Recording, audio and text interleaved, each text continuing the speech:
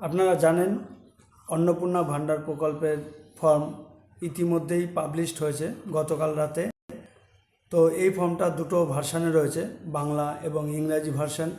আপনারা চাইলে বাংলাতেও ফিল আপ করতে পারেন। এই ফর্মটা রয়েছে 12 পাতার ফর্ম, তাই খুব সাবধানে ধীরে সুস্থে ফিল আপ করবেন যাতে কোনো ভুল না হয়। আর কি কি তথ্য সাথে নিয়ে ফর্ম ফিল আপটা করবেন, কারা কারা ফর্ম ফিল আপ করাবে, সব ডিটেলস আমি এই ভিডিওর মাধ্যমে দেবো। হ্যালো বন্ধুরা, এই স্ক্রিনের উপরে যে ফর্মটা দেখতে পাচ্ছেন 12 পাতার, এটাই হলো সেই অন্নপূর্ণা যোজনার ফর্ম। আমি ধীরে ধীরে দেখাবো কী করে ফিল আপ করবেন। কথা না বাড়িয়ে শুরু করা যাক। প্রথমেই দেখুন 1 নম্বরে আছে পরিবারের যিনি প্রধান তার নাম এখানে লিখতে হবে। সম্পূর্ণ নামটা লিখতে হবে, অবশ্যই আধার কার্ডের নিয়ম অনুযায়ী। আধার কার্ডে যেমন যেমন আছে ঠিক তেমনই লিখতে হবে। আর যদি ঠিক থাকে তবে এখানে একটা টিক দিতে হবে। তারপরে চলে আসছি জন্ম তারিখ। এখানে দিন, মাস, বছর, প্রথমে তারিখ, তারপরে মাস, তারপর বছর, সালটা লিখতে হবে। আর এখানে যদি ঠিকঠাক লিখে থাকেন তবে সেটাকে টিক দিতে হবে। এখানে প্রথমেই বলে দিয়েছে টিক দেওয়ার কথা। এবার পরিবারের প্রধানের লিঙ্গ, অর্থাৎ যদি পরিবারের প্রধান পুরুষ হন তাহলে পুরুষে টিক দেবেন, যদি মহিলা হয় মহিলাতে টিক দেবে, অন্যান্য হলে অন্যান্য। এবার যেহেতু এটা লিখতে পেরেছেন তাহলে এটা টিক দেবেন। পরিবারের প্রধানের আধার নম্বর, আধার কার্ড নাম্বার এখানে দিয়ে দেবেন, এখানে একটা টিক দিয়ে দেবেন। ডিজিটাল রেশন কার্ডের পারিবারিক যদি থাকে, অর্থাৎ পরিবারে যদি প্রধানের যদি ডিজিটাল রেশন কার্ড দেওয়া থাকে তবে এখানে তার নাম্বার দিয়ে দেবেন এবং এখানে টিক দিয়ে দেবেন। পরিবারের সদস্য সংখ্যা, সেই পরিবারে ধরুন কোনো মহিলা যিনি অন্নপূর্ণা যোজনার জন্য অ্যাপ্লাই করেছেন, তারা যদি তিনি, স্বামী এবং তার সন্তান থাকেন, তাদের মোট যতজন তত সংখ্যাটা এখানে লিখে দেবেন। শুধুমাত্র সংখ্যা লিখলেই হবে, এখানে উল্লেখ করে দেওয়া আছে। এবার ঠিকানা, সম্পূর্ণ ঠিকানাটা কিন্তু এই খোপে লিখতে হবে। স্থায়ী ঠিকানা লিখতে হবে, কোনো অস্থায়ী ঠিকানা লিখলে চলবে না। যোগাযোগের নাম্বারের জন্য এখানে একটা মোবাইল নাম্বার দিতে হবে, ঠিক আছে। তারপর 9 নম্বরে রয়েছে সদস্য নাম্বার, অর্থাৎ যিনি প্রধান তিনি বাদে বাড়ির আর সদস্য কে আছেন তার নাম, তার বয়স, তার জন্মসালের তারিখ এবং লিঙ্গ, ছেলে না মেয়ে সেটা। পরিবারের প্রধানের সাথে তার সম্পর্ক, যদি মেয়ে হয় তাহলে কন্যা পিতা, পুত্র হলে পুত্র পিতা, এইভাবে লিখতে পারে। এবং তার আধার নম্বরটা এখানে লিখতে হবে। এখানে ডান দিকে একটা শর্ত দেওয়া আছে, যদি বয়স 5 বছরের কম হয় তাহলে এখানে এনে লিখতে হবে, অর্থাৎ নট অ্যাপ্লিকেবল বলে লিখতেই হবে। আমরা এবার পরবর্তী পেজে চলে যাব, পেজ নাম্বার 2। দেখুন সদস্য নাম্বার 2 যদি থাকে তাহলে তার নাম, তার বয়স, জন্ম তারিখ, তিনি পুরুষ না স্ত্রী সেটা লিখতে হবে। পরিবারের যিনি প্রধান তার কে হন সম্পর্কটা এখানে লিখতে হবে। আধার নম্বর থাকলে আধার নম্বর। এইভাবে এখানে মোটামুটি 5 জন সদস্যের বর্ণনা আপনারা ম্যাক্সিমাম দিতে পারবেন। তারপরে চলে যাচ্ছি পরের নম্বরটা, পরের পেজ। 10 নম্বরে কি বলেছে দেখুন। 10 নম্বর বলেছে পরিবারের প্রধান এবং পরিবারের সকল প্রাপ্তবয়স্ক যে মেম্বার রয়েছে বাড়িতে, তাদের ব্যাংকে লেনদেন কেমন হচ্ছে সেই হিসাবের জন্য কিন্তু এখানে তাদের ব্যাংকের ডিটেলস দিতে হবে। ধরুন ব্যাংকের প্রথমে যিনি মেম্বার, প্রথম সদস্য, তার ব্যাংকের যদি অ্যাকাউন্ট থেকে থাকে, কোন ব্যাংক, তার অ্যাকাউন্ট, তার আইএফএসসি কোড। দ্বিতীয় সদস্যরও যদি ব্যাংকের ডিটেলস থাকে দিতে পারেন, না থাকলে দেওয়ার কোনো প্রয়োজন নেই। আর সেই ব্যাংকটা যেন অবশ্যই ডিবিটি লিঙ্কের সাথে যুক্ত হতে হয়, যুক্ত থাকা লাগবে। আমরা পরবর্তী 4 নম্বর পেজে চলে যাচ্ছি। 4 নম্বর পেজে দেখুন হেড অফ দ্য ফ্যামিলি যিনি আছেন, সকল প্রাপ্তবয়স্ক সদস্যদের ভোটার তালিকার বিশ্লেষণ, অর্থাৎ বাড়ির যিনি প্রধান তিনি এবং বাকি যা সদস্য রয়েছে যারা প্রাপ্তবয়স্ক অর্থাৎ ভোটে নাম উঠেছে তাদের ডিটেলস কিন্তু এই ঘরে ফিল আপ করতে হবে। তাদের এপিক নাম্বার লিখতে হবে, কোন বিধানসভায় অংশ নম্বর কত সেটাও লিখতে হবে। সেইভাবে লিখতে গিয়ে প্রথম সদস্য, তার বিধানসভা নাম এবং তার অংশ নাম্বার, যেমন রানাঘাট উত্তর পশ্চিম বিধানসভা, অংশ নাম্বার ধরুন আমার 210 অংশ নাম্বার। এইভাবে সদস্য 1, সদস্য 2, সদস্য 3, 5 জন সদস্যের বর্ণনা ম্যাক্সিমাম আমরা দিতে পারবো।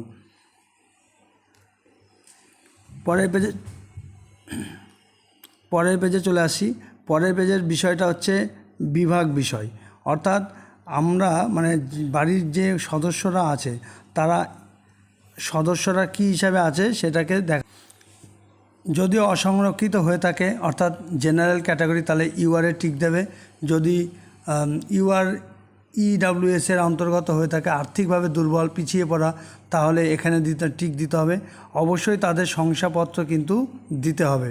তপশিলি যারা SC তাদের এখানে টিক দেবে, যারা ST তারা এখানে টিক দেবে, অন্যান্য অনগ্রসর শ্রেণী অর্থাৎ OBC যারা তারা কিন্তু এখানে টিক দেবে। মাথায় রাখতে হবে সার্টিফিকেট থাকাটা কিন্তু মাস্ট, সার্টিফিকেট ছাড়া কিন্তু হবে না। এবার আমরা চলে আসি পরে রেশন কার্ডের বিস্তারিত আলোচনা। বলছে আপনার কি ডিজিটাল রেশন কার্ড আছে? যদি মনে করেন আপনাদের ডিজিটাল সেই ছোট রেশন কার্ড আছে তাহলে ইয়েস দেবেন, না থাকলে নো দেবেন। এবার আসি, যদি রেশন কার্ড থাকে তবে কোন কোয়ালিটির মধ্যে আছে সেটা এখানে সঠিক যথাযথভাবে টিক দিতে হবে।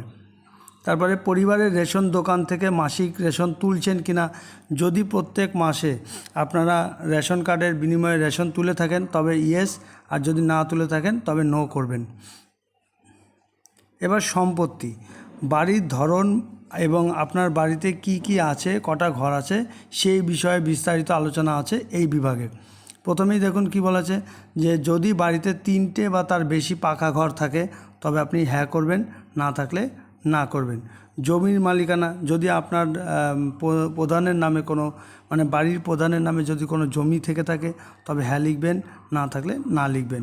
যদি জমি থেকে থাকে তা কত শতক আছে, শতক এককে, কাঠাতে লিখলে হবে না, শতক এককে কিন্তু লিখতে হবে। কিন্তু মাথায় রাখতে হবে জমির কিন্তু রেজিস্ট্রেশনের নথি কিন্তু প্রয়োজন রয়েছে, অর্থাৎ রেজিস্ট্রেশনের হিসাবের কাগজপত্র কিন্তু দেখাতে হতে পারে।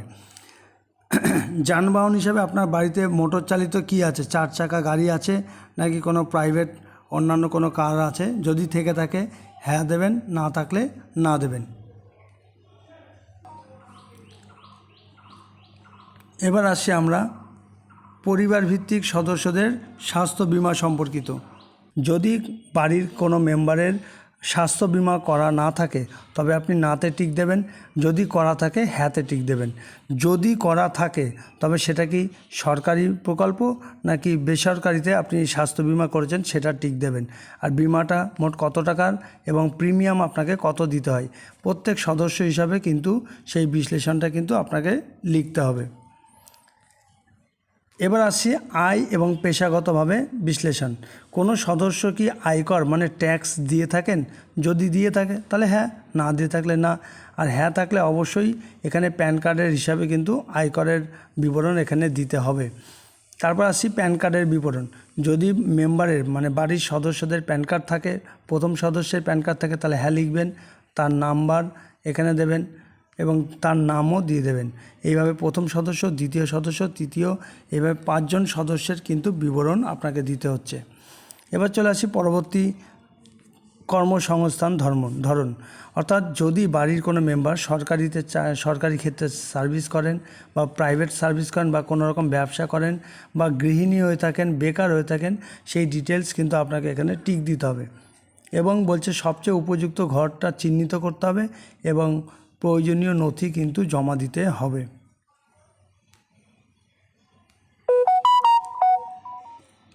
পরিবারের শিক্ষিত প্রাপ্তবয়স্ক এবং অশিক্ষিত প্রাপ্তবয়স্কের সংখ্যা, অর্থাৎ বয়স 18 হয়ে গেছে কিন্তু কতজন পড়াশোনা করেছে, কতজন পড়াশোনা করেনি তার সংখ্যাটা কিন্তু এখানে লিখে দিতে হবে। এবং বলেছে সকল শিক্ষিত প্রাপ্তবয়স্কদের সর্বোচ্চ শিক্ষাগত যোগ্যতা, অর্থাৎ প্রথম যিনি সদস্য তিনি যদি BSc পাস হয়ে থাকেন BSc লিখবেন, BA পাস হলে BA পাস, মাধ্যমিক পাস হলে মাধ্যমিক পাস এখানে লিখতে হবে।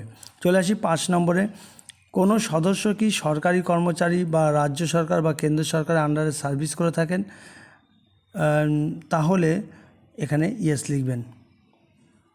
আর যদি হ্যাঁ হয় তবে কর্মসংস্থানের শংসাপত্র, অর্থাৎ যিনি যেখানে সার্ভিস করছেন তার একটা সার্টিফিকেট কিন্তু এখানে অ্যাড করতে হবে। চলে আসছি 6 নম্বরে, যদি কোনো সদস্য যে কোনো সাংবিধানিক পদ, অর্থাৎ সাংবিধানিক পদ বলতে MLA MP বা পৌরসভার কোনো পদ বা মন্ত্রী পদে বা সাংসদ পদে যদি থেকে থাকেন তাহলে ইয়েস, না থাকলে নো। প্রয়োজনীয় সহায়ক নথি থাকলে জমা দেবেন স্বঘোষণা, অর্থাৎ সেলফ সিগনেচার করে জমা দিতে হবে। 7 নম্বরে কি আছে, কোনো সদস্য কি সরকারি পেনশনভোগী, বাড়িতে এমন কোনো কি মেম্বার আছে যিনি সরকারি পেনশন পান, থাকলে ইয়েস, না থাকলে নো। যদি পেনশন পেয়ে থাকেন তবে অবশ্যই পেনশনের যে স্লিপ সেটা কিন্তু অ্যাটাচ করে দিতে হবে। 8 নম্বর, কোনো সদস্য কি জিএসটি ভোক্তা অর্থাৎ জিএসটি দিয়ে থাকেন? দিলে ইয়েস, না দিলে নো। এটা সাধারণত ব্যবসায়ীদের ক্ষেত্রে প্রযোজ্য হতে পারে। এবার আসি পরিবারের বার্ষিক আয় সম্পর্কিত। বার্ষিক আয় অঙ্কে লিখতে হবে। কারোর যদি আয় 30,000 টাকা হয় বছরে, তাহলে 3000 করে লিখতে হবে। 30 বানান করে কিন্তু নয়। যদি নির্দিষ্ট না থাকে তাহলে না লিখে দেবে।